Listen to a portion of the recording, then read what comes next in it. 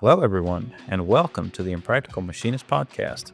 My name is Patrick. You can find me on Instagram as @JobShopperTN. I'm Cameron from Machining is Cool. I'm Bradley with Marvel Machining. On today's episode, we are joined by Charles Sanborn IV, known on Instagram as @CinderTrackFab.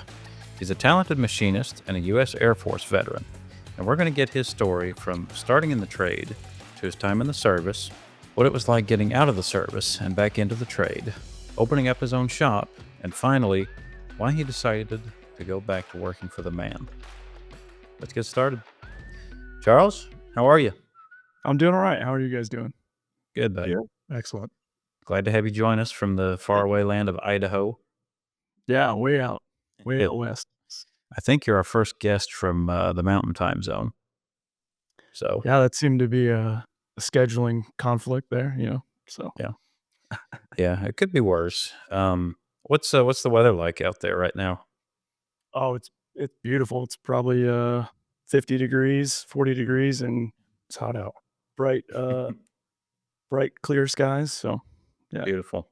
Why don't we start? Just tell us a little bit about yourself, who you work for, and kind of how you came to be. Yeah, I've been in the trade for a long time. I started off in grade school, going to a actual vocational school like a BOCES in upstate New York. From upstate New York originally. And that's how I got introduced to machining. No one in my family really had any involvement in welding, machining, or fabricating at all. My dad owned a bicycle shop in upstate New York, and my stepdad, he was basically just a union carpenter for most of my life. And so, yeah, I got into machining through vocational school and had a really steep learning curve because no one in my family was involved in it. It all seemed like kind of voodoo magic. Ended up doing some apprenticing for a guy named Ross Reels, who, not to be confused with the other Ross Reels that's way more famous, but small town guy in upstate New York, used to build fly reels. So I got some apprenticeship time in there. Got really interested and just felt, I don't know, kind of empowered by being able to make things. Not a lot of people I knew were able to do that kind of stuff.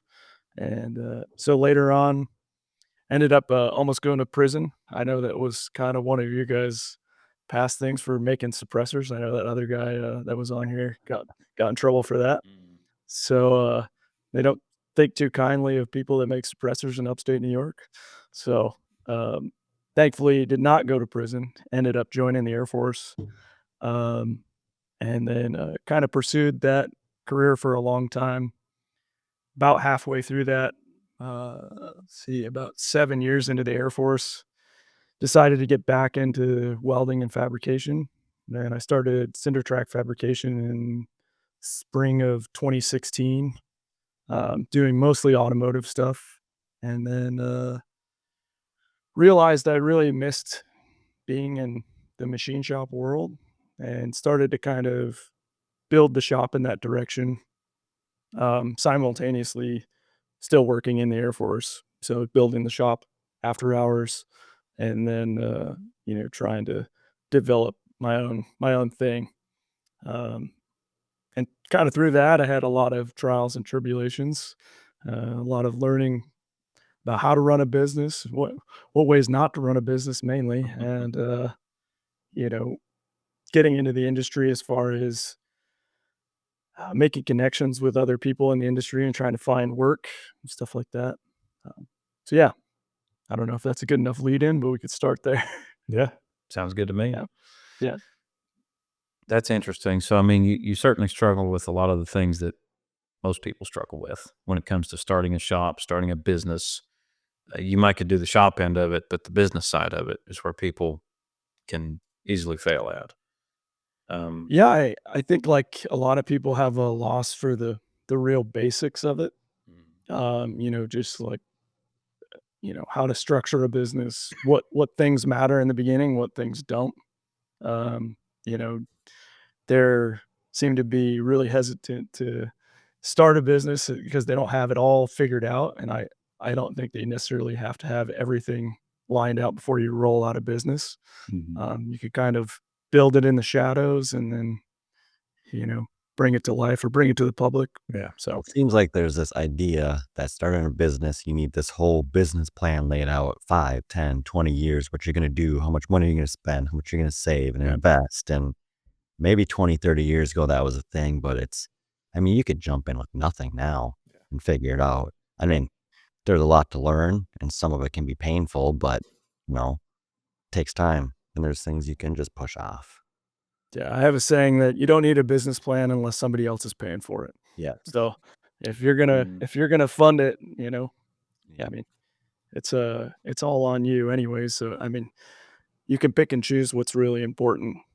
What made you decide to start going to school for machining and fabrication?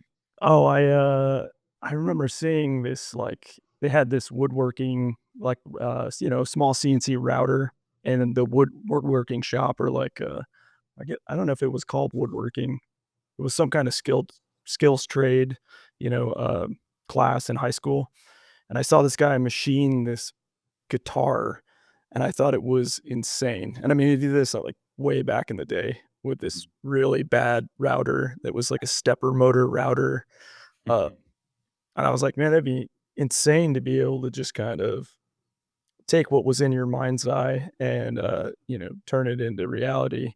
And I come from a super artistic family and background, but I was never gifted with, you know, being able to draw stuff by hand or anything like that. And so, um, and I was always into computers. So being able to kind of translate that into um, being able to draw on a computer and kind of eliminating that barrier, eliminating that barrier was kind of eye opening as far as, allowing me to translate what was in my head into a piece of paper or into a print or eventually into an actual physical object.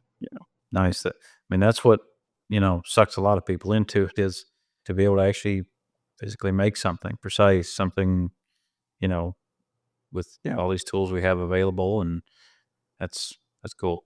Yeah, I mean, you and I kind of have a similar background as far as getting into the trade. We didn't have any previous experience or previous family members with experience. We just Yeah.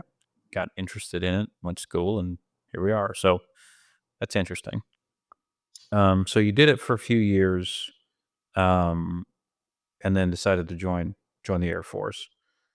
It was more like you gotta join the Air Force, but Well, I was going to ask, was that part of the stipulation to not go to prison? Was it kind of one of them things? it sure was. I mean, you always hear about it, but I've never actually met somebody that's actually been in that situation. Yeah, it was 18. Um, I had already been, working in the machinist field for like almost 2.5 years by that point, and I had been apprenticing for so long. I had a lot of hours into learning how to make things by then, and I was also really, like I said, into building computers uh, and like I said, back in the day, it was Mastercam X days. And you could do some basic drawing in Mastercam X. And I don't remember what software we were using for a lot of the CAD modeling, but got super into that. And one day my buddy was just like, "Hey, you think you can make this suppressor?" And I was like, "I'll make that thing, 45 minutes or some ludicrous like that." Um, and I think that was really getting into not just manual machining, but, drawing something in CAD and then manually machining it, instead of just guessing along the way or coming up with, like, a quick hand print. Yeah, I had a guy that was I guess back in the day, you'd scroll through Mastercam X, and on the side, it would kinda build a little preview window of whatever you were making or whatever the CAD file was, and he saw that and called the sheriff. The sheriff called the feds. The Really? fed Oh, yeah. Oh, man. Wow. You know, Yeah. So they showed up in the atypical black suits, and my dad, at the front door, he's like, "You're not coming in without a warrant." And the funniest words I ever heard him say, they were like, "We have a warrant." And he goes, "Come on in." He's just let him right in. So, uh, um, and Oh so man. I had already had some of the, like, very preliminary paperwork in to join the Air Force, because I was a high school kid. I was trying to figure out what I was going to do with the rest of my life, Hmm. and basically, my my recruiter and my lawyer that my dad paid in wholesale bicycles. Uh, he legitimately just sold him bicycles at wholesale because he owned a bicycle shop, and between them, they um worked out a deal and with the judge, and he said, "I can't tell you that you're gonna legally, like, go join the Air Force, but you're gonna join the Air Force." I was like, "It sounds good." Yeah. So I went from, 5 years minimum to a $100 court fee and a $100 fine for disturbing the peace because they had to give me a misdemeanor in order to let me join, and then, yeah, then the rest was kinda history after that, but yeah. Well, I mean, it's great that that worked out because, like, look at the two different paths you got there: join the Air Force or Oh, be yeah. in prison for 5+ years. What's funny is I got to my first day of basic training, I was laying in bed and I was so anxious. I just had this massive pit in my stomach. And the only thing I could think of was like, I picked the wrong one. I picked the wrong thing. You know, should have went high. Like maybe I would have been able to get parole or something. But but yeah. So Man. it was an amazing experience. I mean, you know, uh definitely changed my life trajectory forever. Mhm. Um and the first base I got to in Lakenheath, England, I was walking through one of the hangars and they had a machine shop there. And I remember walking past the machine shop and looking back and being like, holy shit, is this a job in the Air Force? Like, could I have done this? And I was like asking these guys, I was like, this is a career. Like, you could have picked this. He's like, yeah. I'm like, God damn it. Like, picked the wrong thing. So, but, but now it gave me working on F-15s.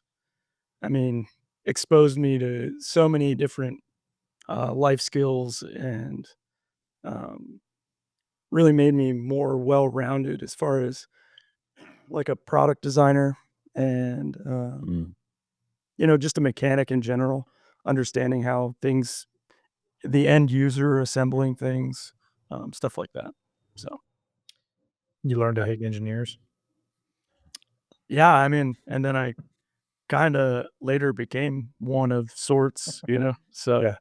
uh, yeah, little self-loathing there, but Yeah. so. Got to have some self-loathing. It's a pretty technical job, though. I don't think, well, really, most people never have a chance to work on something that technologically complex. Yeah, and I mean, it blows me away that that was, a lot of that is technology from the 50s. Right. And it's incredible to me that they were able to machine some of those parts. I think having that machinist background and then working on F-15s and seeing like some of these massive titanium bulkheads, and I'm in there, I'm supposed to be working on something else, and I'm looking at this bulkhead like, how in the hell? Like, what machine did they make this thing on? Right. And I actually got to I was later on in the Air Force after I was a crew chief for 2 years at Lakenheath.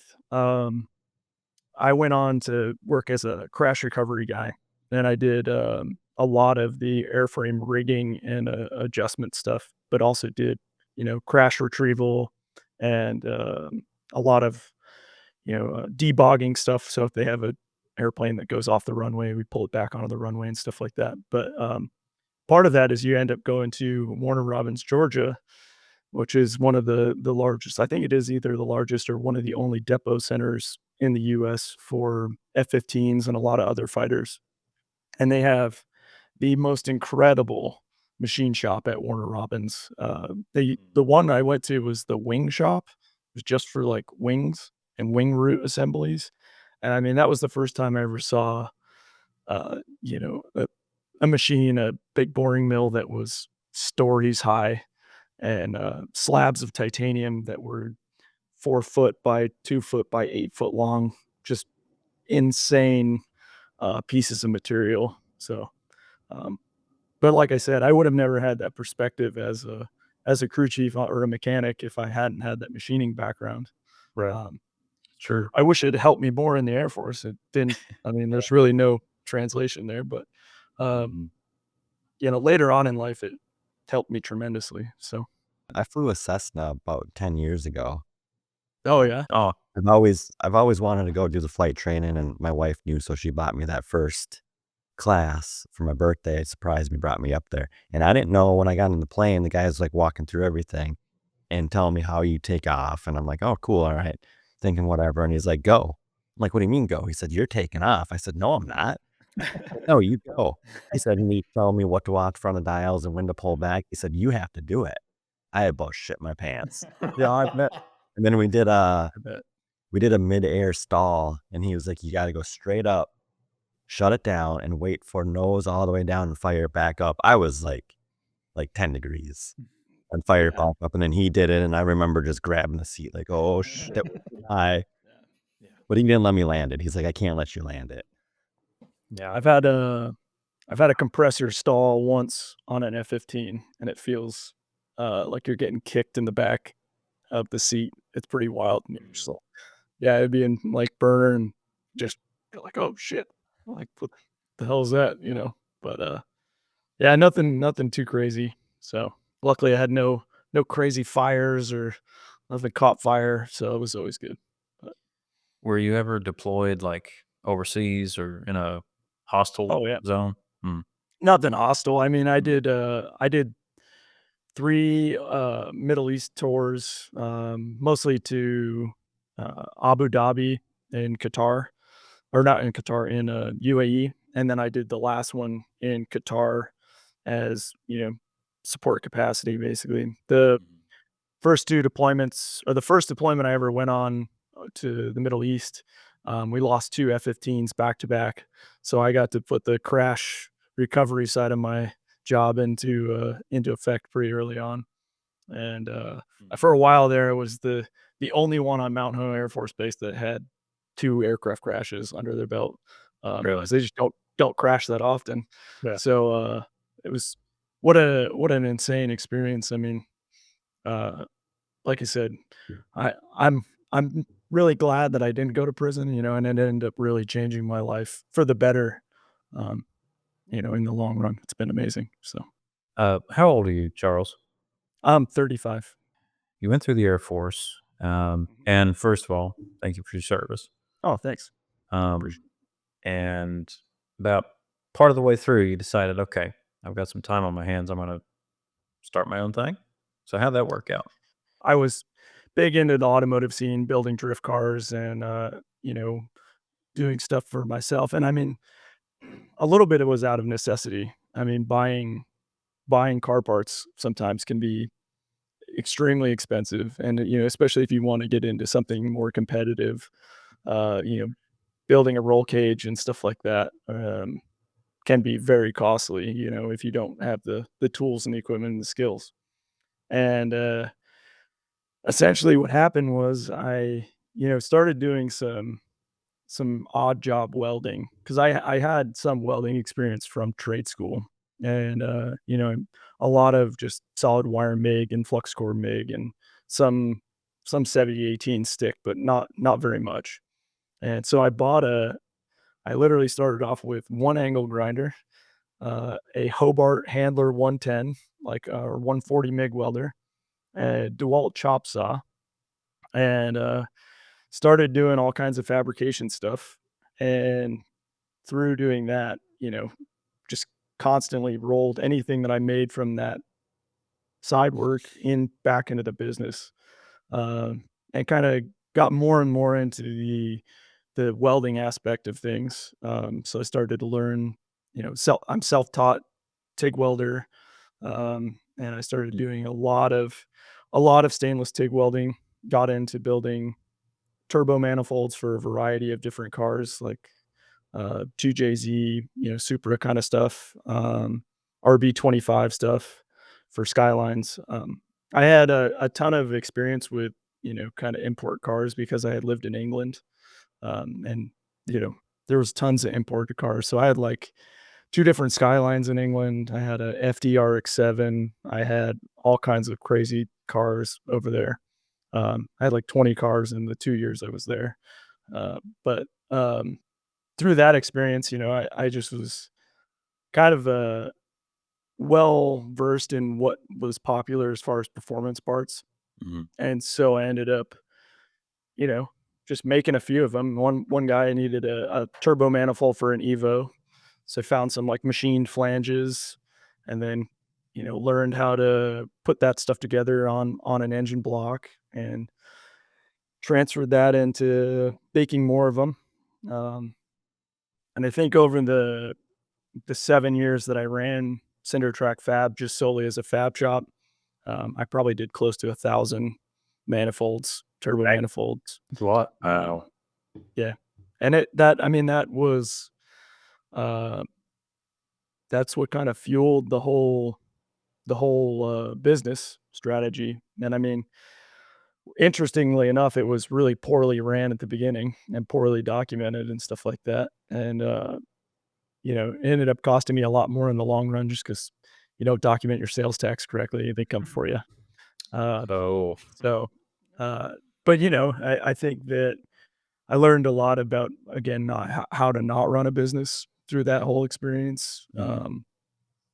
And I guess the other thing too, like I was talking about, we were talking about off camera, but um, building a business without a business plan is totally doable if you have a product that you can market and sell and people will buy, and you're willing to put the time into it.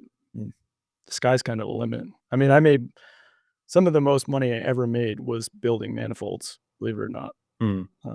So yeah, I imagine, especially once you get fast at something like that, yeah, you start. yeah. We used to do one every 2-3 days. Yeah. So, and then at one point I had 5 guys that worked for me, that were just basically trained to either tack or fit or set up, set up different products so that I could weld them out. And eventually we had guys that could weld them out as well. Uh, so That's cool. Mm. yeah, I didn't realize you had employees too. Yeah. Were you? yeah, Was it stuck while you were still in? yep, Damn. I'll be darned. yeah. Wow. Wow. Small vessel. Yeah, it was pretty wild. I mean, I kinda lucked out because of the position I was in the Air Force and, like, where I worked. Um, I could kinda get away with answering employee phone calls while I was on base, and my business was right on the way to base. So, like, I'd drive past my shop to get to base. So I'd stop there in the morning, have them, lay out what they were gonna do for the day, and then, leave, go to work, come back, work some more, go Mhm. home, sleep, come back, do the whole thing again. So, Wow. yeah, it's a very interesting time, that's for sure.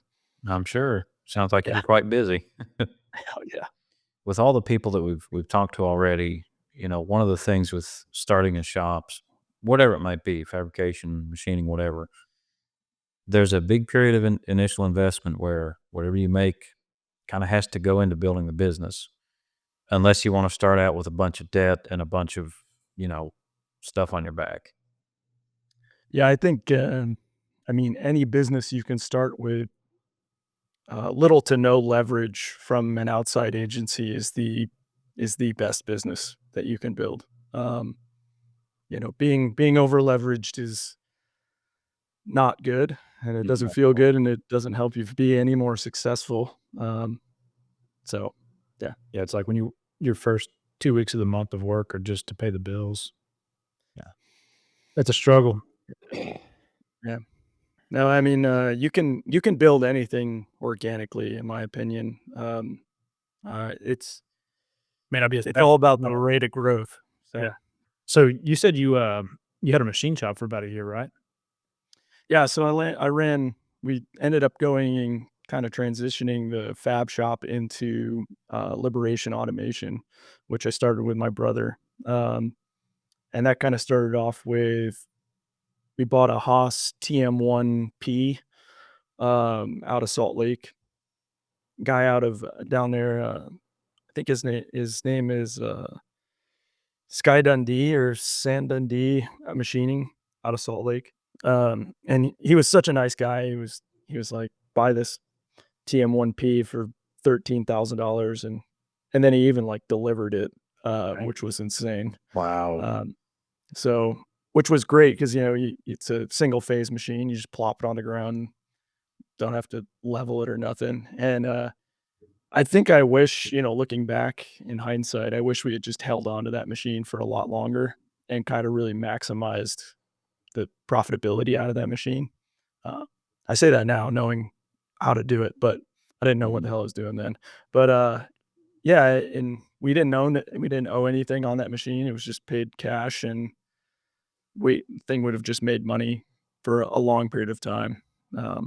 But we ended up trading that in for a VF2 YT, and which was a massive upgrade, obviously from a TM1, but did come with a payment, and not a big one, but still some sort of leverage. And if you're bad at running a business like I was originally, and you add any sort of leverage, like I said, the chips don't necessarily fall evenly at that point. So yeah, so that definitely complicated it, but we started making primarily our own product stuff on there. So we were making automotive flanges for different import cars, mainly because the one company, PRL, that was in Pennsylvania, they kind of stopped manufacturing automotive flanges. And so there's a huge opportunity there to make our own product and machine the flanges along the way. So for a lot of that, the manifold business really propped up the machining business, as the machining business grew, and kind of branched out a little bit from there. Started doing a lot of job shop work, and really digging into we transitioned pretty hard away from master cam early on, which is what I was classically trained in, and swapped over to Fusion 360 kind of at 2016, 2017 mark. And not even for machining, but to design the manifolds, to try and design the manifolds. At the time, it was really hard to design a manifold in Fusion 360. Much easier nowadays, but yeah. So then kind of transitioned into Fusion 360, and then started, like I said, doing job shop work and some like cam work for other people in the valley. I devoted a lot of time, like thousands and thousands of hours is what it felt like, into learning Fusion 360 early on.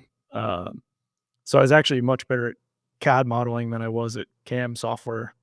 Well, that's funny you bring up like speed in manufacturing, because in our last episode we were talking about that, and you mentioned that before we started recording, that it's so easy to get what do you call it, analysis paralysis. Yep. Oh, paralysis by analysis. That's it. Yeah. And yeah, I mean, I know I deal with that. Cam deals with that. And it's hard to overcome sometimes, but I've always thought that I don't always live by this, but the best, they say there is no best way to make a part, but to me, the best way is what allows you to make that part to the best quality as fast as possible and without making anybody in any kind of danger. I think you have to say as efficiently as possible. Yeah. You can make in a minute in a vise really fast, but then you're stuck at a machine making a part in a minute in 1 minute at a vise for the entire day versus, making, I would go home. yeah, coming up with some sort of quick fixture, or, maybe having a few dual station vices there. Efficiency, I think, is really what matters, not exactly speed. Using your time to the best as you can. Yeah. One of the most, like, I guess, profitable jobs I ever got on my own was a job making these AR-15 gas blocks, and we did those all in the Haas VF2, and I was really learning about staged fixturing, and not just staged fixturing is like, what process do you do when, but where do you put it on the table and how do you move through, that process and what does it look like for the operator moving those parts around? And, where do you move the part? Where do you move the fixture? That kind of thing. And I think once I got more into programming the mill turn stuff, in my head before I had access to a mill turn, I just was like, well, this thing will do it all. It'll do everything, and it will, with some major drawbacks along the way. And a lot of times I have to be very careful about when I use the mill turn and how I use the mill turn, because it's not always the fastest way to make something. Um, in a lot of ways, I found that it is probably more impactful from a prototyping perspective. Less, just like any other 5-axis machine, but less operations and less setup and stuff like that, with just a little bit more fine details, being able to do some bores on center and not really having to set up like a boring bar or chase a bore on some of that stuff. But there's a lot of times where we'll make a good amount of the part in the mill turn and pull it out and put it on a fixture and do the rest in the VF2.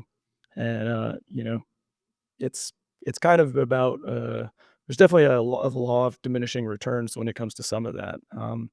You can only make one part at a time in that machine a lot of the times. The tool changes are really slow. And it's an incredibly complicated piece of machinery. And it's like, do you want to put your really cheap $2, $3 part on a $600,000 machine? Or would you rather do some of that work on that machine and then port the rest of it to, a lower dollar machine that can get the job done? So I fight that battle almost daily, it seems like, because you can put so much on it. And sometimes I use it just as a mill. But in a lot of weird ways, if it has any parts that have off angles, I posted a video the other day of me making a memorial plaque for my buddy's dog, and I really just didn't want to set up a machine to do a 45-degree angle on this plaque, and I just want to be able to slap some material in there. So being able to orient the head down and just come in and machine that plaque face, as silly as it sounds, it was the best way at the time to make that. And I didn't feel like sitting there watching it surface a 45-degree angle. Yeah. So it's I wish that it was the answer to all my problems like I thought it was going to be when I first, had that machine hit the floor, but it is and it isn't. So yeah. Yeah, it's like everything in machining and manufacturing. I mean, there's not necessarily a right way and a wrong way, but every situation is different, and it always depends on actually, that's Pat's catchphrase. It depends. It depends. Depends on True about what works best for you personally. As soon as you post it on social media, your 15-second video, you're going to find out every way you did it wrong. Yeah. Oh yeah. Yeah. Absolutely. Yeah. Or they ask you, why are you doing it on that? You Yep. know? Yeah. Yep. All right. Cause I can. Because I can. Right. So, Oh, I like that vice platter you made. Yeah. oh yeah. That's cool. Yeah. Yeah. I was working with the Kurt guys. Hopefully that becomes a thing. Oh, really? Through Kurt. Yeah. That's cool. I'd really like to see it kind of take off. I'm a huge proponent of not taking complex pieces apart, and long setup and breakdown on stuff is just, Yeah. and unlike what you had the other day with your chuck getting seized to your machine, I would prefer to leave the chuck on as long as possible. So Yeah. You just have to make sure it's actually getting grease when it's supposed to. Oh man, what a nightmare. I'm the same. I don't have to move anything or tear something down. I just leave it. Yeah. No, I'm also the same. I mean, we're a job shop with pretty much always low quantity, so it's nothing but setups every day. yeah. So as much as we can reduce that, we can. Yep. Setups suck. It's a huge time killer. So Yeah, and luckily, I mean, the machine shop I run now, the parent company, Trinity Trailer, is the primary customer.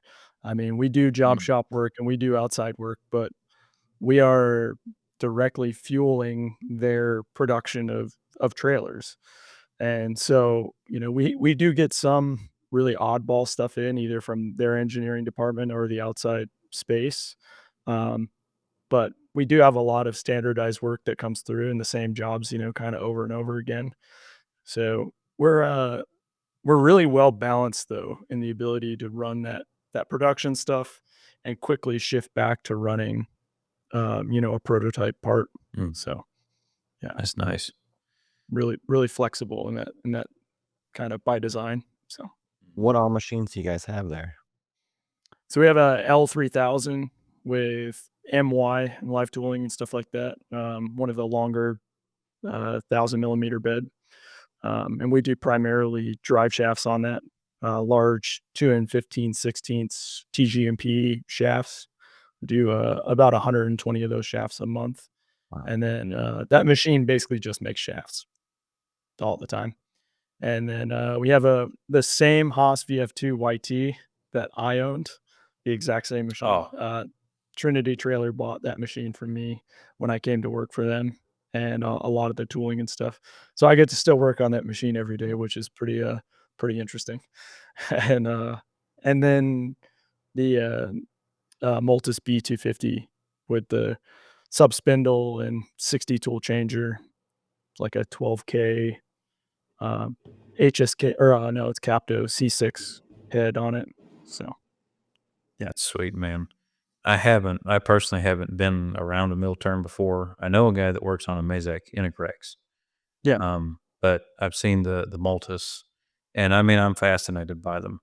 I mean, we have a Haas DS30Y here, so subspindle live tooling Y-axis lathe, yeah, and like the setups on it can be a pain, just with how the live tools are, the milling tools are, and I've always really been curious how much easier it is with you have basically a milling spindle in a lathe. it's, I mean, exponentially faster to set up. Um, the big compromise on that is the tool change time. And you can preload stage tools and stuff like that, but um, from a setup perspective, I mean, they live in the machine, so you never. I have 60 different tool configurations in the machine at all times. I mean, I rarely have to add something unless it's like a specific tap or a thread mill or something weird like that. The rest of it just stays in there. But like I said, you're not going to have that 1 or 2 second tool change. So if you're gonna run a part that has 3 turning tools and a boring bar, and you need it to cycle through that pretty quickly and make a really short part really quickly, it's not a great solution for that. Can you do it? Yeah, I think, but you're going to spend literally half your time on a 1 minute part with 5 tools in a tool change. So um it's from that perspective, like that's what I was saying with the prototyping thing. If you're like, I need to prototype this turned part, and then I'm going to move this turned part to the L3000 because I want to be able to crank through those, and then I'll take the time to actually set up the L to get through those. But yeah, Sounds like something like that would be perfect for us. We're, like I said, low quantity. I mean, 10-piece order is a lot for us. So yeah, I think there's just this and there's some trepidation when it comes to, like, the mill turn environment. uh I think obviously the biggest one is cost. Barrier to entry is really high on a lot of those machines. The complexity is really high. There seems to be a lot of just fear about running them. That they just people can't run them. Especially when you get like the larger ones, some of those Intergrexes and some of the larger Multis have the lower turret. Um, they have the actual B-axis milling head, I think the NTX has those as well, where it has the lower turret on there. That can get pretty complicated as far as part handoff and stuff like that. But uh, I think and then the other thing is one of the big things that I didn't really need to do. I just imagined this machine as having a bar feeder on it and just sitting there cranking through lathe parts all day long. Um, and I rarely use the bar feeder. I Really? mean, Hmm. yeah, just so if you're doing short run stuff, you could get all the benefits of a really widely tooled lathe with a lot less clearance issues. Um, and do a bar pull, or if in this case it has a sub spindle. I think there's just so many workarounds to it. You could have you can have the bar supported further out on a steady rest. You don't necessarily need the uh the bar feeder to really automate it if Yeah. you have a good size through bore. And a lot of people don't talk about that. With you add that stuff into it, you lose a lot of that through bore diameter, because you have to have a spindle liner that supports the bar pusher. And so you effectively take your 2.5-inch diameter through bore and you turn it into 2 inches. Yeah. And I think, not that you're bar pulling a lot of 2.5-inch parts, but if you want to run a larger bar and you are doing a lot of milling operations on something like that, it would be much nicer to have that full through bore. Uh, so Yeah. yeah, I don't think I would buy one with a bar feeder Yeah. probably ever again. I think for us, the Yeah. perfect thing would be a machine like that with like a 12-inch chuck and a 3.5-inch spindle bore ish, somewhere in that ballpark. Like a big bore. I don't think they typically do like 3.5 or 4-inch bores with a 12-inch chuck, but under it, like big bore options are out there. So I think we Yeah. would skip. I think ideally we would skip, lathes with live tooling altogether, because right now we just have 2-axis lathes, and go straight to a mill turn like that. Just because, I mean, you've got, like you said, you got 60 tools that you can keep loaded up all the time. I can keep drills, taps, turning tools, Yep. OD, turning tools, boring bars, like all that stuff, just ready to go. Grooving tools, especially, like there's a lot of common parts that we make. We have a lot of repeat parts, even though but they're still low quantity. So you leave all that stuff in the machine. I mean, it's a matter of pulling up your program and then boom, you're banging out part, and you're not spending time. I think it kind of Yep. bridges that gap between right now you can have, say we do get that live tooling lathe, right? With, like a live tooling 3-axis lathe, and you've got a quantity of 5 parts that would be perfect for that machine. You know, it's got turning features, it's got some milling features, perfect. But then you spend 45 minutes, hour and a half setting up your milling tools, just trying to Yeah, get if extra dialed in. It makes it not, that's if you're lucky. you might as well just use it like a normal Yeah. 2-axis lathe and then take it out and throw it on the mill anyways. But yeah, Yeah. going from that to just straight to a mill turn and you've got all that stuff ready to go. I think that would be the Yeah. I mean, the other thing is there's not a live tool lathe with a live tool holder that mills like a true right, milling head. right. Sure. And I mean, a lot of them max out at what, 4,000, 5,000 RPM. I think ours on the L is 6,000, Yeah, but the rigidity and the clearancing is just kind of a nightmare. yeah, I there's only certain things that we do on that lathe, and if it had any milling, other than that splining operation that we do for the shafts, I mean, I don't there wouldn't be really any reason to ever do anything on there. And then you're really truly limited by that orientation. I end up doing a lot of stuff that requires oddball spindle orientation. mhm, And I mean, you wouldn't think that you use it very heavily, but especially when it comes to some of those milling parts, believe it or not, because that tool change is so fast, so slow, excuse me, that you end up using it. Like, you can use a 1/2 inch end mill to chamfer your parts, because you can angle and orient the head, and you come in and you use the end mill, the side of the end mill, as a chamfer mill. And so then you're not doing the tool change. You can call the head up out of the way, orient the head pretty quickly, and take care of it. It just frees up a lot of capability, I think, from that perspective. I wonder if I if what's some up? of the other machines have faster tool changes. It's really dependent on, like, the tool carousel and stuff like that. And I mean, it's not like a day. It's probably 4 or 5 seconds. Yeah. And Or get it's the umbrella changer. yeah, You it's got somewhere to around walk there. away because it drives you nuts. Yeah. Yeah. Um, but let's say you have some of those turning parts where you're turning the OD, you're drilling a through hole, you're coming down, you're turning some threads, some OD threads, and then you're adding maybe like one milling feature. You're adding a flat to it. A live tooling lathe would destroy the multis on especially a smaller part.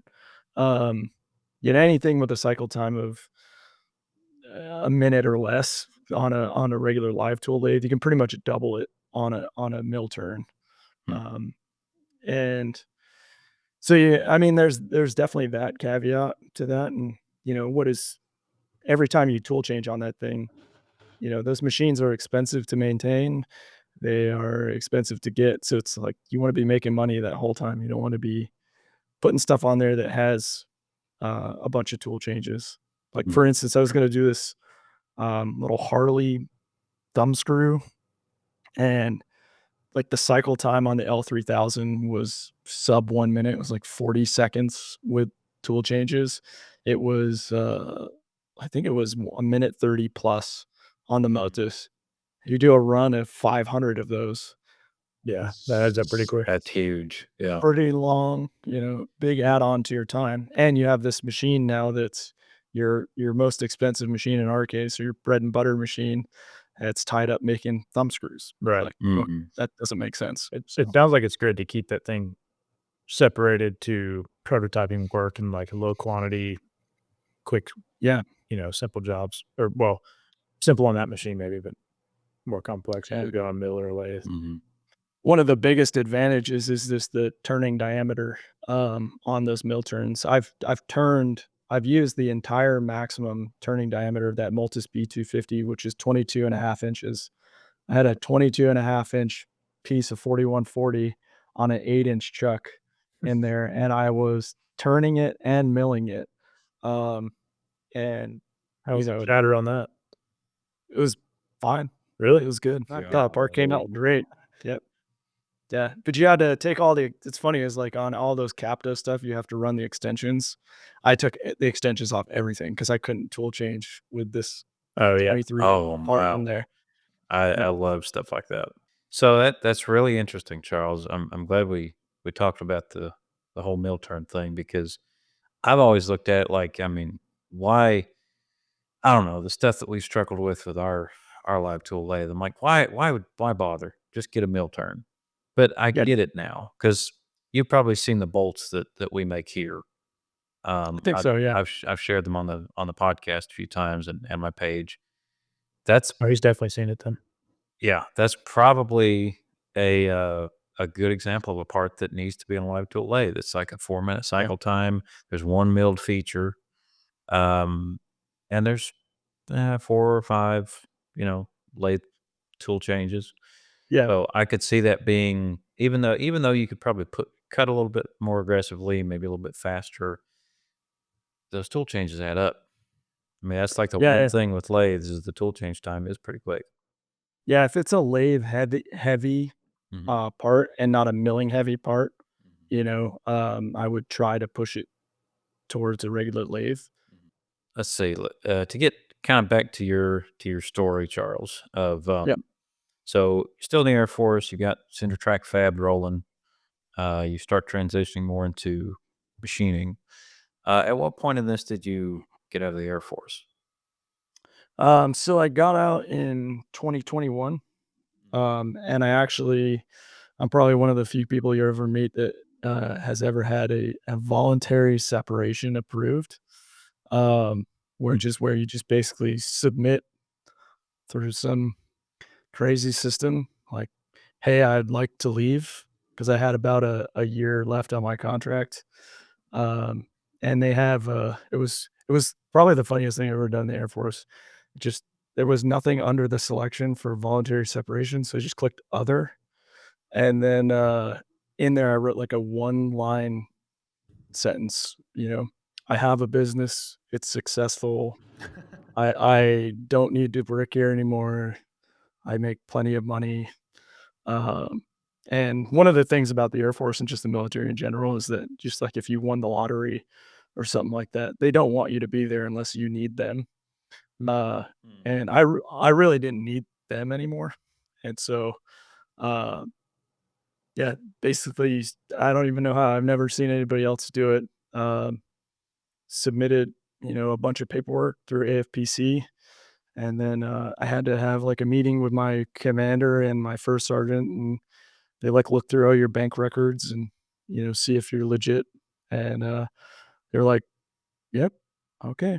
And so they submitted the approval, and just in true Air Force fashion, they sat on the paperwork for like 2 months and then gave me about 2 weeks to leave the military. So, like Jan 1 of 2021, I basically was, um, approved to leave, and 15 days later on my birthday, I just left.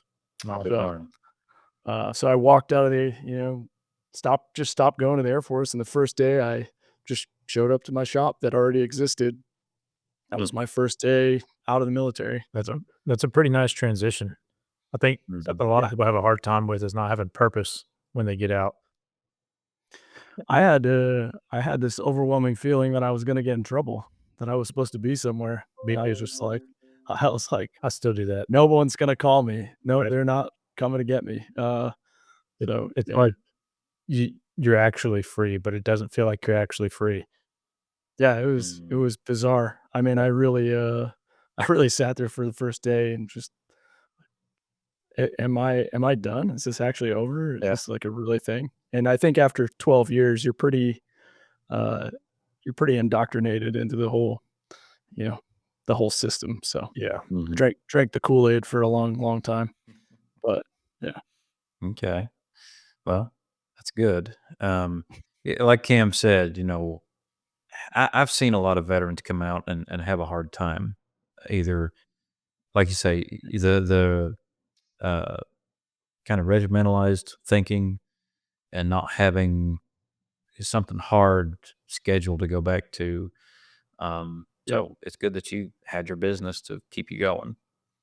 Yeah, I mean, I was not the I know that a lot of people, they just wanna live their lives, and, um, luckily, I had the opportunity to kinda pursue that stuff to set myself up a little bit. Mhm. Um, but that's not normal. And I mean, Mhm.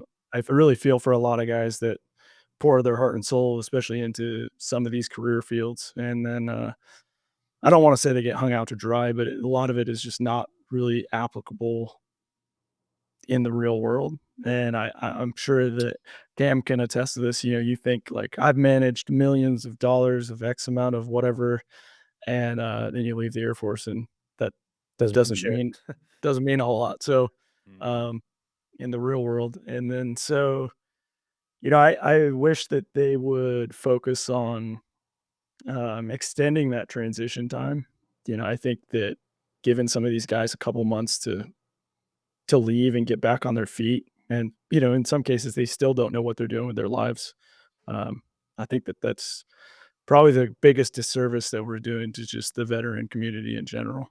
Uh, is Wh- Whenever, well, I guess it was different for you because I don't know how it was whenever in 2021 when you were getting out. I got out in 2018, Yeah. and it was like the only thing you had to do was go to a week long like bullshit class where they taught you how to sit in a corporate interview and create a resume for you or make Mhm. you create a resume. And that was pretty much it. And then you go and check out of everywhere on base, and then you're done. I don't know if it's because I was going to my own job or whatever, but I did all of that stuff in, like, 3 days. Yeah. Like, there was no it was a joke. I mean, they literally were like, "Go do this 18-hour class online," and I had to do it because I had such a short window to leave. I did it all in, like, one night. Yeah. So I'm just up all night drinking Red Bull, like, trying to click through this thing as fast as I can to get it done, because they weren't gonna let me out process, Yeah. and when you don't out process, they have to, like, restart the whole date, Mhm. and so I was like, "I'm not doing that. Like, I'm gonna get this done." But, yeah, I think that they just, they have an opportunity, especially if you stay the whole 20 years or whatever they changed the retirement system to now. You can do that kind of skills bridge exit. But I think that that really shouldn't be an option. I think it should be mandatory that you have to do this skills bridge of some sort. Like, you better come to us with some concept of something that you want to do with your life, because Yeah.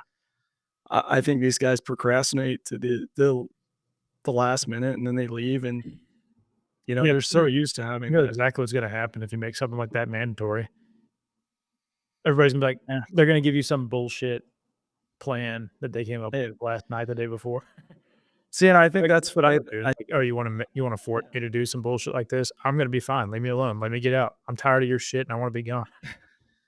I think that that's on the individual at that point. Right. I think that there's a lot of these guys, especially in the aircraft maintenance community, I'm sure, they're on the schedule working airplanes to like the last week Literally the last. or the last couple days. Yeah. And so it's like, I just don't see how that's setting them up So you're to saying transition. give them dedicated time to actually get their life Yeah, in order, really give actually them time. spend time coming up with a plan and, like, setting themselves up. Yep.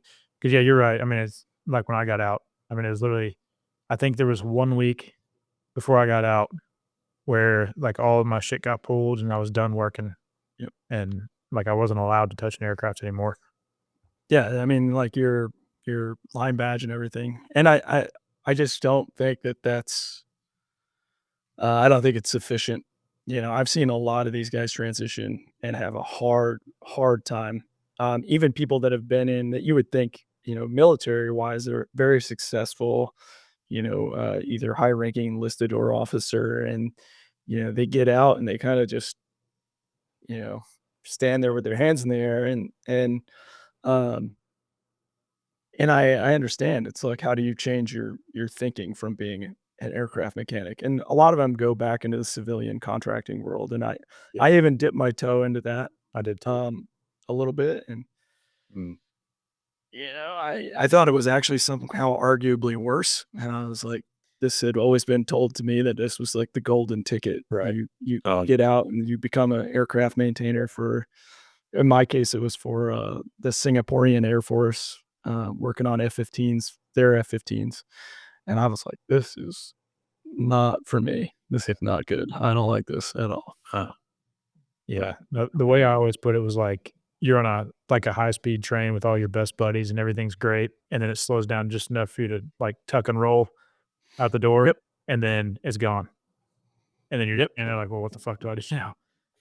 That's it, huh? Yeah, I mean, there's, that camaraderie that you have every day. I mean, all those guys, in a lot of ways, you get that sometimes in the civilian world, but it's really hard to find a genuine, level of camaraderie Mm. like that. And, I mean, that just being able to not having that support group of people around you, I think is detrimental to a lot of people. At what point does it cross your mind? Okay, I've got my business, but I might be better off working for someone. My business career may have had a pretty stellar rise, but it had a real crash and burn ending. I bit off way more than I can choose, that I could chew. I ended up getting a contract to make AR-15 bolt carriers, and so I bought this, L3000 Akuma, and didn't have any of those lessons that I had learned at all. As far as having a solid post, and I kind of short tracked the contract, and the guys I was dealing with were just they weren't screwing around, and they weren't willing to work with me. And so, I the contract was for $180,000, and it was the most money I'd ever seen in one lump Mm. sum in my entire life. And they wired it to me, which was Before you even started, whoa. yeah, yeah, before we even did the job. And ran. Oh, well, so we just, like, basically told him, I told him what we could do, but I was like, "We don't have the equipment to do this, but we're willing to make a partnership with you guys to make it happen." So, in order to you don't own any stake in this. We'll do this job for you, and we'll beat the competition on price. Um, but you're gonna have to float the whole bill." And they did. And I, talk about learning a lesson from a leverage perspective. I mean, talk about somebody owning you. Mm. And I also learned a lot about contracts and, who do you have review contracts? And do you have one lawyer review it? Do you have multiple lawyers review large contracts like that? And it was a 15-page document. And on the 13th page, at about three-quarters of the way down the page, it says, "These individuals above are personally liable and guarantee the completion of this project as individuals and, totally separate from your company entity." And Damn. that one line cost me $250,000. Damn. So lost my house, lost everything that I owned, lost the whole kit and caboodle. Was that due to not being able to complete the parts, or? Yes, it was a variety of things. I mean, one thing that I just did not anticipate was, and I've gotten exponentially better at it now. I'm really good at it now, but getting a machine on the floor and making that machine make you money. What does that time frame look like from the day that you place the PO for that machine delivery, uh, to the day that it's leveled, to the day that it's, under power, to the day that it's tooled, you're trained, and then it actually becomes profitable, depending on the machine, especially if it's something like, in this case, I was totally unfamiliar with at the time, OSP 300 Oh, and just Akuma products in general. if you hop Um, from Nook or Haas to an OSP3, it's a world of difference. oh yeah. I did it, and I was so confused for a good 3 weeks. I was lost. Yeah, and I mean, if it had been a simple turning part, uh, I would have been fine. I think that I would have been okay. But a bolt carrier has a ton of really kind of screwy geometry and the material that we were doing it was out of S7 tool steel, and it just like it was the perfect storm of bad decisions. Yeah. A machine that doesn't have the same, what a great part for a mill turn or maybe a three turret lathe, live tool lathe, but not a great part for a single turret live tool lathe. You just literally don't have enough tools. No matter how you organize them, stack them. Oh my. Yeah. So you're pretty much screwed. And so it doesn't matter how creative you get. I got super creative with some of this stuff, like custom ground form drills that would drill and ream and make multiple radiuses on the ID at the same time, to try and eliminate the drill factor. And then trying to uh, figure out some of the finite details with the OSP controller as far as C-axis positioning in milling and how it works in milling, is not anything like any other lathe, or even probably even a Haas lathe. I haven't ran too many Haas lathes, but it's very different than a lot of the post processing and stuff like that. And it's extremely specific. It wants the exact code. I mean, that thing would throw error after error after error after error if you didn't have, and we're talking about like smoothing factor to tolerancing. It will get mad if you tell it that it's gonna create an arc and it's too short or it's too close to the decimal ratio. I mean, it will just so That sounds brutal. um it was awful. And I mean, the whole time I have all of this money on the line and all of these people kind of counting on me, including my brother at the time. He's still pretty pissed at me to this day. But you know, I just totally jumped off into the deep end. And I thought that because of how I work and how obsessive I am, that I just was convinced that no matter no matter what the challenge was, that I was going to be able to figure it out. And you can only everybody has a capacity to learn something. So, and I'm really proud of the amount of things that I learned in that short period of time. Um, but I really piled it on, Did you and find yeah. did you find yourself thinking, "Man, wish I'd have just fucking stayed in the Air Force"? When I think that I really and I kind of mentioned it earlier. My One of my biggest regrets was just I should have kept that TM1P, and I should have just ran the ever living piss out of the thing until it exploded, uh, and then thrown it away and got something else. Because if I had been smart, I could have got a fourth axis for that, and I could have made so many parts, and I wouldn't have had to fight with a post, and I wouldn't have had to fight with and the biggest thing was it didn't have machine guarding. We would have had to make some sheet metal guarding. It was a fabrication shop. I Yeah. could have just made some guarding. So, I think when that whole lathe situation was going down, I was just like, God, I could have actually got out of it later in, hindsight. If I had just turned those parts on that lathe and then got a fourth axis for that VF2, uh, and did some of that stuff on the VF2, some of the milling work, I probably would have actually been okay. I would have had enough tools between the two to get the job done, and yeah, I would have been able to figure it out. But yeah, that's all in hindsight. Yeah. So Right. I will say, yeah, after learning more about the OSP control, after running it, I yeah, would take an OSP control over a lot of controls. There's yeah. nice. Yeah, I am an Okuma OSP fanboy probably till the day I die now. I mean, I can do anything on that thing. I mean, literally, I just feel like and I go over the Haas and I feel like I'm touching a speak and spell.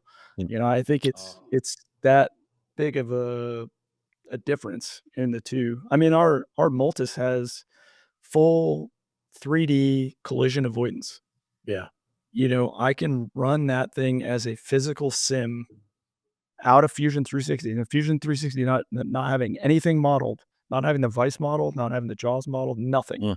Just regular basic turning tools modeled. I can post that thing out, lock out the machine, and simulate that program all the way through collision avoidance to where I can actually see a physical 3D representation of the part. Um, and so, I mean, that's like amazing to me. Oh yeah. And so, Wow. I don't think I've ever heard of anybody have a complaint about the OSP operating systems. Once you learn how to use them, they're not bad. But I had the same issue. I had a post built. I pulled a program out of the machine, sent it in. We built the post, and I'd go through it, and same thing. I'd get an alarm. I'd send it in. Hey, you need to fix this. And after like a week or two, I thought I had it all dialed in, and then I'd program a different operation, and it was like, no, fuck you. We don't like this code anymore. yeah, exactly. Come on, dude. And I remember my post guy was getting so frustrated with it. He's like, I don't know what to tell you. I said, well, Yeah. we're gonna have to do this until it's fixed. Every operation I come across, we're gonna fix it. And we finally got it after like 3 weeks. And I mean, I ran that post for a year with no problems. I held on to it, I still have it. So if I ever buy an OSP control, my Well, and one of the things that I learned that's really unique to the OSP and the Akuma kind of side of the house is options in yeah, the controller. So like that L3000 did not have X, Y, and Z helical interpolation as from an OD perspective. You could X Y on the face, but you couldn't X Y on the side of the part. And so then I'm like, I should be able to helical down into this hole, and it's like no, no, you can't. But Wow. it doesn't say on there that you don't have this feature. It just says you have an error, you know?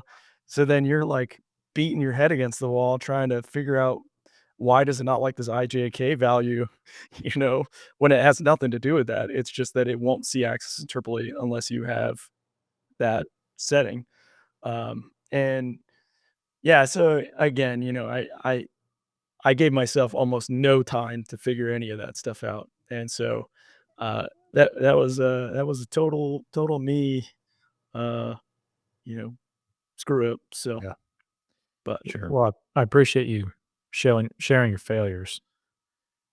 Yeah. Anybody wise will learn from someone else's failures. So Yep. Yeah. I mean, and, you know, you were talking about like what drove me to come back to working for somebody else. And, I think there was definitely some shell shock after failing that bad. You just kind of convince yourself that, man, like maybe I can't run a business. Maybe I need to work for somebody else. And maybe I need to work for somebody else for a while. Maybe I missed something. Maybe I'm not as good as I think I am. And I think I had a golden opportunity. My friend um, owns Trinity Trailer, and he graciously offered me a job, not as running a machine shop, but as a design engineer. So I still had all of the CAD capabilities, and I am pretty good at product design and product development and stuff like that, just from working in a lot of different spaces.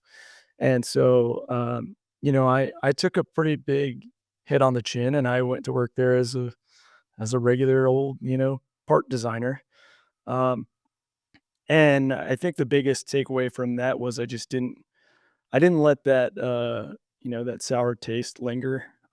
I wanted to get back into machining. I love machining. I love being able to make parts. I don't think I'll ever not love it. Any I got into that space, and I was always kind of looking forward from that position. I knew I wasn't going to be there for very long. And as I'm sitting there designing these parts, I'm like, man, this place needs a machine shop. Like we just sub all of this stuff out, and none of this is complicated. I just kept like thinking that over and over again. And Trinity Trailer is really heavily dependent on a 2D laser. A lot of their stuff is laser cut press brake parts. We do a lot of press brake parts. It's a sheet metal trailer, so Yeah. lots of sheet metal parts. Um, but all the stuff that they were outsourcing was like pins and hinge blocks, and just we're not talking like hub axle assemblies or any of that stuff. It's just really straightforward stuff. So when I see these quotes go out for some of this stuff, especially having quoted a lot of work prior to that, I was like, guys, like put vertically integrate this stuff. Like let's bring this stuff back in house. And I got a huge opportunity kind of handed to me to go start their machine shop. And Mhm. so in pretty short order, I mean, I was about a year. I went from, failing at my own machine shop to starting another machine shop with the financial backing and with a dedicated customer and everything like that. And, you know, I, I hope that I earned that opportunity, but, I'm very, very thankful for it. And, I feel like I'm compensated very fairly for the job that I do. Mhm. And, uh, plus I got to try it all over again really quick, Right. it's a little bit less stressful with someone else's money too. I actually don't know if that's true. Starting a machine shop from scratch, I guess that's got to be pretty daunting. It's like, hey, Well, here's especially all when the it's money like, to buy this yeah, machine and this equipment, this work yeah. holding, this tooling.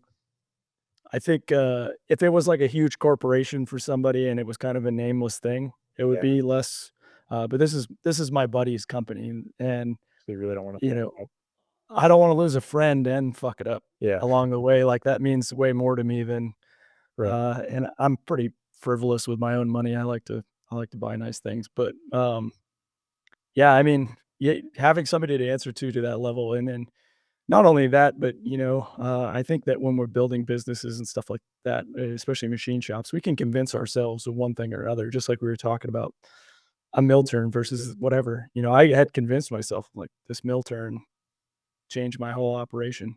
And it did to some degree. It didn't change everything, but when you're trying to explain to somebody else, like I said, business plan is yours unless it's or is useless unless it's somebody else's money. So going in there and like trying to outline it from that perspective, why do you think we need this? Where does this fit into the long term goal? How do you project this growing? I really got to learn all of the business stuff that I wish I had learned prior through doing this whole Trinity machine build up.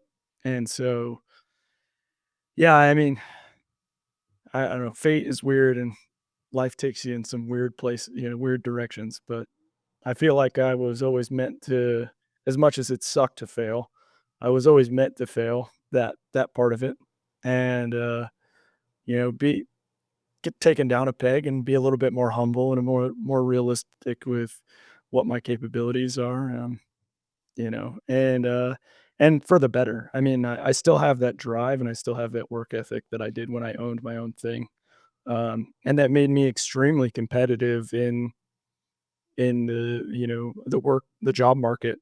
I mean, I'll work forever for as long as I have to.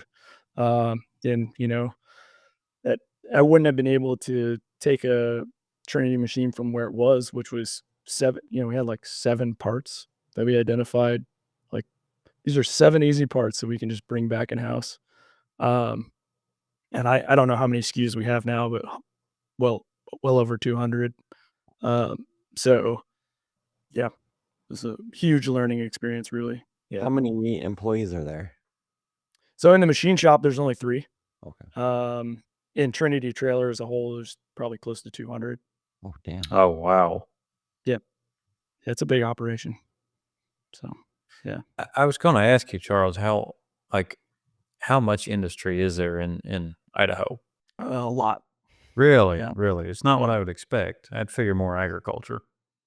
Potatoes. No, there's a ton of Traders. there's industry to support that agriculture, and that's really where Yeah. Trinity Trailer is from. I mean, they're an agriculture trailer system. You know what I mean? That's all they Is do. that what type of trailers you guys build, or is it all Yeah. trailers? Is it No, car we build trailers? No, we only build agricultural semi-trailers, live bottom agricultural semi-trailers. I was going to get So- a good deal on a utility trailer off of you. Right. Nope, no dice. I would buy one too if we made those, but we don't. I mean, I might be able to use a trailer that can dump some potatoes. I don't know what I'd use it for, but if it's got a deal, I'll find it. We'll have to insert a picture of one. They're pretty awesome looking. I mean, If they're all stainless steel. if it can dump potatoes, I'm sure it can dump a surface grinder, Brad. Oh yeah. Probably push it right through the back door. Can you send me the trailer full of potatoes? Sure, yeah. Yeah, sure, we'll set that up. You buy one of those trailers, we'll figure something out. So, Oh my. But, yeah. We had to get some potato jokes in there somewhere. we have a lot of industry. I mean, a lot more gun industry than you would think. A lot of smaller gun manufacturers locally, and a lot of repair business, a lot of job shop work to support the agricultural industry. Yeah, the Yahoo word. Yep. Oh yeah. Oh, there's yahoos in Idaho, huh? I'll be darned. Oh yeah. Oh yeah. It's a pandemic or an epidemic. Something that wasn't asked when you brought up the suppressor you made. Did it work? Oh yeah. Did it? Was it still out? Extremely well. No, they melted it. Did they? Supposedly. Oh, Yeah, the best part about that story is they came, they sit me down in the sheriff's office, and I'm literally like, I had just turned 18, so I'm like a kid, and I am bawling my eyes out because I'm like, I am so screwed. The chief of police and the sheriff came in, and they were like, we don't really see them made like this. Typically we see like a water bottle with a tube or something along those lines. And I was like, he's like, where did you do this? I was like, oh, at this, that. And he's like, yeah, we think this thing's worth like, $13,000. I'm like, there is no way in hell that's worth $13,000. I was like, that's probably $50 worth of material and about 80 hours of my time, which at the time was not worth very much. So, it was, but wow. yeah. At least you impressed them. Oh yeah. Yeah. They were really mad when I got a misdemeanor though. So they had collected all my other guns, and then they had to give them all back. And they were not stoked about that. They were pretty butthurt about that. Good grief. I was going to ask, would you say, so like with saying the mill turn is like a full problem solver, right? Whenever you fully convince yourself, this is what I need, it's going to change the game. It'll do everything. It's a Swiss Army knife of all machines. Yeah. Would you say that if you're ever getting that feeling about something, you need to back up and get somebody else's opinion that actually knows what they're talking about? Yeah, I mean, any time that you're gonna convince yourself 100% of a decision like that, it's good to probably reach out and talk to somebody that owns one. Yeah. There's just a lot of stuff that you just don't think about. I mean, to be honest, one of the other things that really stands out to me is the Capto C6 system is really, really susceptible to chips getting behind it because it is dual contact. And when you get one of those things stuck in that spindle, you are in for a world of pain in the ass because Really? they do not come back out. And I've had to actually cut a holder off with a cutoff wheel, a heat shrink cutoff wheel, and then back the coolant tube in and then smack it with a hammer and then have to buy a whole new Capto cup because the thing had basically blocked itself. Wow. And Yeah, you would think if they're all dual contact, you wouldn't be able to get in there. yeah, and it's really just about how it tool changes. So let's say you have a drill and there's like a coil on it or it didn't break the chip and it's whipped around. When it goes to tool change, if the chip falls behind it, that coil falls behind it, Yeah. and that head comes up, it pinches that coil into that holder and You're just done. you're fucked. So, some of that stuff, like I had to program in a macro to not just blow the chips out, but that during some of the tool changes that it would actually tool change to a zero tool, light off the high pressure coolant in the spindle to blow that out to make sure that there wasn't chips in it during the tool change. So Even more that's tool change time. yeah, it's just stuff like that. Mhm. It's the complexity of the machine that I really didn't think was going to add.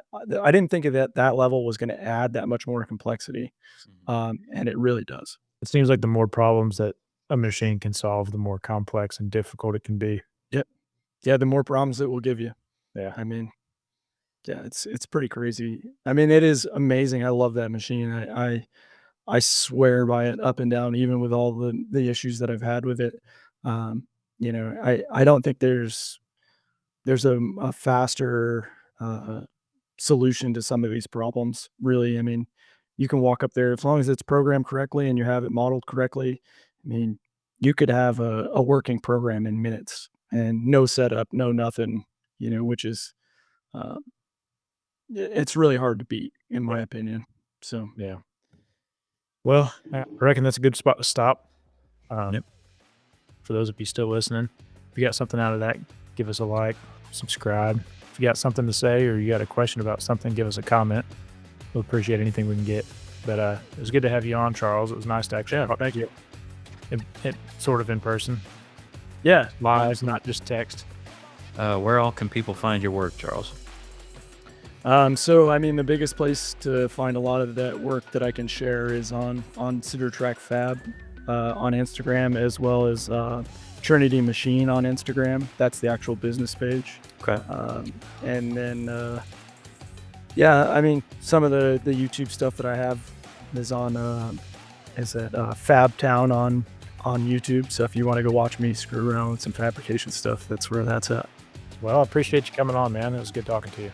Yeah, thank you again. I love to chat. So Yeah, I had a great get time. in sometime. I appreciate it. That's awesome. Man. Awesome. Awesome. Thank you, guys. Yep. See y'all later. See ya.